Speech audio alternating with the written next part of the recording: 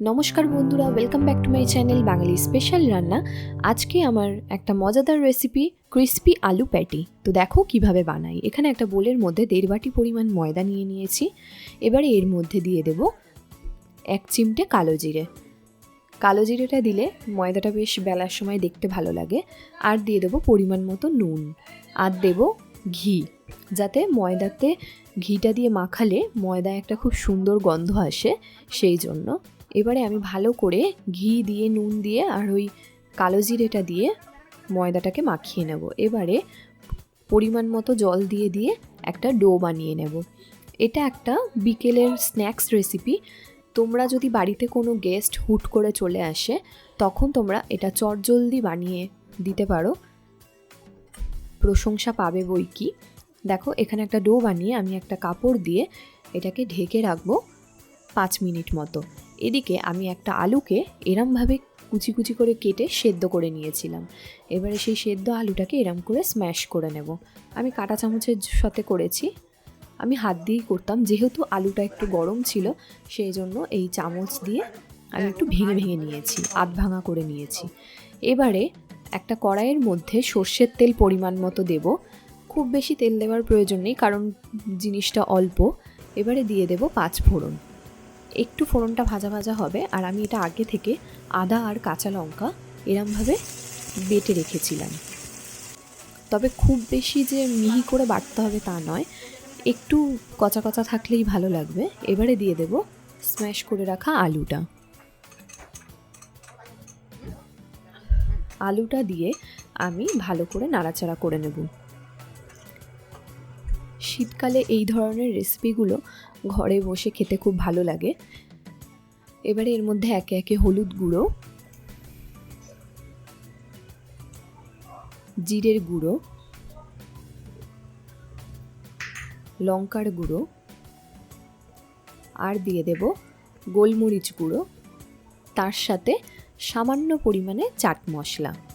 এতে ফ্লেভারটা আরও বেশি ভালো আসে, যেহেতু এটা নিরামিষ।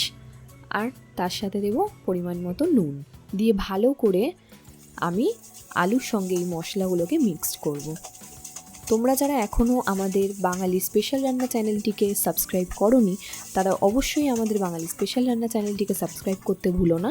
আর পাশে থাকা বেল আইকনটিতে ক্লিক করো নতুন নতুন রেসিপি পাওয়ার জন্য।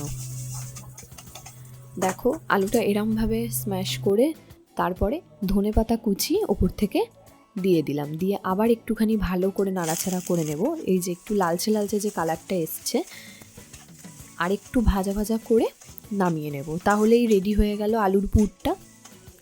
এবারে দেখো যে ডোটা বানিয়ে রেখেছিলাম সেখান থেকে আমি 2টো লেচি করেছি, এরকম বড় বড় দিয়ে এইরকমভাবে আমি গোল গোল করে বেলে নিচ্ছি। আমি আগেই বলেছিলাম কালো জিরেটা দেওয়ার কারণই হচ্ছে যাতে দেখতে খুব সুন্দর হয়। তো দেখতেই পাচ্ছ কি সুন্দর লাগছে। এরম করে আমি একটু বড়, ডোটা যে বড়, একটু পাতলা করে আমি বেলে নেব। দিয়ে এরকম আমি ছুরির সাহায্যে এরম করে কেটে নেব। তোমরা চাইলে এর থেকেও ছোট ছোটোভাবে কেটে নিতে পারো, তাহলে একটা লেচি দিয়েই কিন্তু 4টে প্যাটি হয়ে গেল।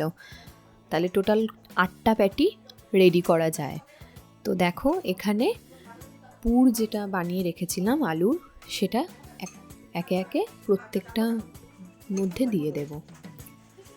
একটু বেশি করে দিলেই খেতে ভালো লাগবে, কারণ ভেতরে যদি পুরটা বোঝাই না যায় তাহলে টেস্টি হবে না খেতে। আর ময়দাটাকে এত ভালোভাবে মাখতে হবে বা ঠাসতে হবে যাতে করে লুচির মতো ফুলতে থাকে, তাহলে বাইরেটা ক্রিস্পি লাগবে আর ভেতরে আলুর যে পুরটা সেটাও খেতে ভালো লাগবে। তো দেখো আমি একটা কাপে জল নিয়ে এরকম সাইডে ময়দার 2 সাইডে দিয়ে দিলাম, দিয়ে এরকম ত্রিকোণ শেপে আমি মুড়িয়ে নিলাম। দেখতে কি সুন্দর লাগছে না? তো দেখো এরকম ত্রিকোণ শেপে গড়ে নিয়েছি। এটা একটু খুব সাবধানে করতে হবে যাতে আলুটা ফেটে বেরিয়ে না যায়। এরমভাবে আর যে বাদবাকি 3খানা লেচির সাহায্যে করে রেখেছিলাম সেটাও মুড়িয়ে নেব এরকম ত্রিকোণ করে। তোমরা যদি আমাদের চ্যানেল থেকে কোনো রেসিপি জানতে চাও তাহলে অবশ্যই আমাদের চ্যানেলে কমেন্ট করে জানাও যে তোমরা কী ধরনের রেসিপি দেখতে চাইছো। আমরা চেষ্টা করব সেই ধরনের রেসিপি তোমাদের সঙ্গে শেয়ার করার। তো দেখো, কথা বলার মাঝেই আমার 4টে প্যাটি কিন্তু রেডি হয়ে গেল। আমি তোমাদেরকে একটু প্লেটে করে দেখিয়ে দিচ্ছি, ঠিক এরকম ত্রিকোণ শেপে, খুব ভালো লাগছিল দেখতে। এবারে আমি পরিমাণ মতো কড়ায় তেল দিয়ে নেব। যেহেতু এটা ছাকা তেলে ভাজা হবে সেই জন্য তেলের পরিমাণটা একটু বেশি রাখতে হয়েছে। দিয়ে এরমভাবে আস্তে আস্তে তেলটা একটু গরম হয়ে গেলে ওর মধ্যে ছেড়ে দিতে হবে। প্রথমে হালকা আঁচে এপিট ওপিট ভালো করে ভেজে নিয়ে তারপরে তুলতে হবে। তো দেখো, এটা আমার গ্যাসের ফ্লেমটা আমি একটু কম করে দিলাম, যেহেতু হাই দেওয়া ছিল।